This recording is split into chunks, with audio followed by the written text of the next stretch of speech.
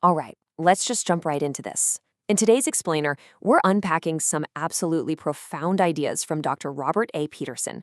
We're looking at how ancient theology actually maps onto our everyday lives by exploring the Pauline restoration of the image of God. Now, you hear the phrase the image of God thrown around a lot, right? But before we can really grasp how humanity gets restored, we've got to stop and ask, what exactly was lost in the very first place? To really get what the Apostle Paul is teaching us here, we need to nail down our terms. In theological circles, we use the Latin term imago Dei to describe this original purity. Because, as Dr. Peterson points out, Adam and Eve didn't just happen to stumble into existence. They came from their maker with a very specific structural makeup. They were endowed from day one with true knowledge, righteousness, and holiness. That was the original, uncorrupted blueprint. Okay, so here's our roadmap for this explainer. 1. Putting on the new. 2. The new creation motif. 3. Christ the ultimate image. And finally, number 4, the final glorious goal. Let's get right to it. Starting off with section 1, putting on the new. Look at this. Paul describes the spiritual life as a highly active process. It's not passive.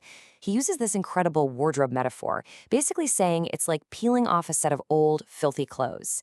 He's explicitly telling his readers to rid themselves of their former corrupt behavior, their pre-Christian lifestyle. And this isn't just a one-time event, It's this continuous, progressive action of actively taking off the old and putting on the new. And this brings us to a really brilliant distinction between what God has secured for us and our own active responsibility to actually live it out. They don't contradict, they're perfectly complementary. Dr. Peterson brings in Herman Ritterboss's framework here, which is super helpful. You've got the indicative, which is what God has already done for us in Christ, and then you have the imperative, which is the absolute command for how we must live in response. The Christian life isn't just sitting back and passively rejoicing in the indicative. It's practically sweating out the imperative. So the crux of this is a stark moral contrast. Think about it. The old man is totally defined by deceitful desires and this callous hardness of heart. But the new man, that is characterized by true righteousness and holiness. We aren't just out here trying to tweak a few bad habits. We're talking about being continually, fundamentally made new in our very mindsets. Which brings us right into section 2, the new creation motif. Dr. Peterson points out some really striking parallels here that prove Paul is talking about the literal recreation of human beings.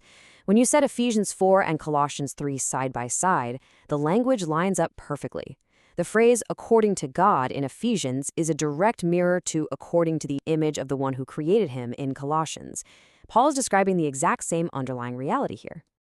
And honestly, this is a brilliant bit of theological reverse engineering. Think about it. By looking at the restored product, we can deduce exactly what the original blueprint looked like. If the renewal of the image in Christ results in righteousness and holiness right now, well, then the original image back in Genesis 1 absolutely had to include that exact same moral purity. Moving on to section 3, Christ, the ultimate image.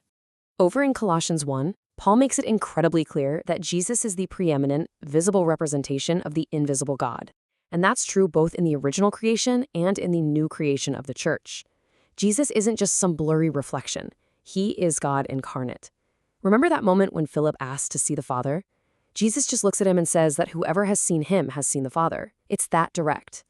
Then in 2 Corinthians 4, we get this incredible image. We learn that Satan is actively trying to blind minds, to keep people from seeing the light of the gospel. But Christ completely defeats that blindness. God sovereignly shines his light to overpower the darkness, and Christ acts as the absolute perfect mirror of God in human flesh. He's the agent of original creation, holding literally everything together, and the head of the new creation. Now, all this deep theology actually translates beautifully into plain, everyday language. Dr. Peterson shares this great story about reading the Gospel of Mark with his tennis partner, Randy. And out of nowhere, Randy just has this massive aha moment.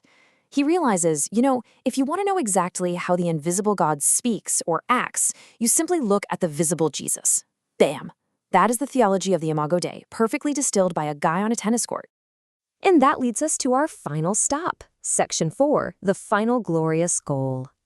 All right, let's look at Romans 8.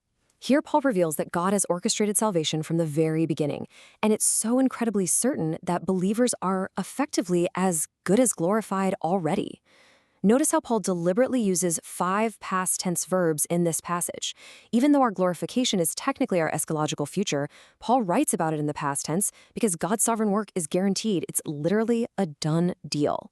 Theologians often call this the golden chain.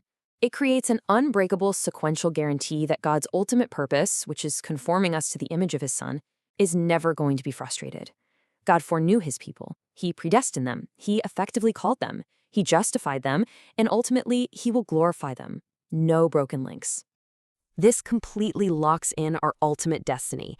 It's the grand exchange, trading the mortal image of the first Adam for the immortal, resurrected image of the second Adam. Look at 1 Corinthians 15, where Paul explicitly contrasts Adam, the man of dust, with Christ, the man of heaven. Because of the fall, we bear the mortal image of dust. But through recreation, we are unconditionally guaranteed to bear the immortal, glorified image of heaven. So bringing this all together for us, Jesus serves this amazing dual role. He's both the perfect example for our daily lives right now, and he's the glorious blueprint of exactly what we will eventually become. He's the model we actively have to put on in our daily imperative to live righteously, and he is the ultimate guaranteed goal that God is sovereignly conforming us to. So, I'm going to leave you with this final provocative thought. If the unbreakable promise of God is that you will one day perfectly mirror the glorious, immortal image of Christ, what old, dusty clothes do you need to take off today? Thanks so much for unpacking this explainer with me. Keep digging into the text, and I'll see you next time.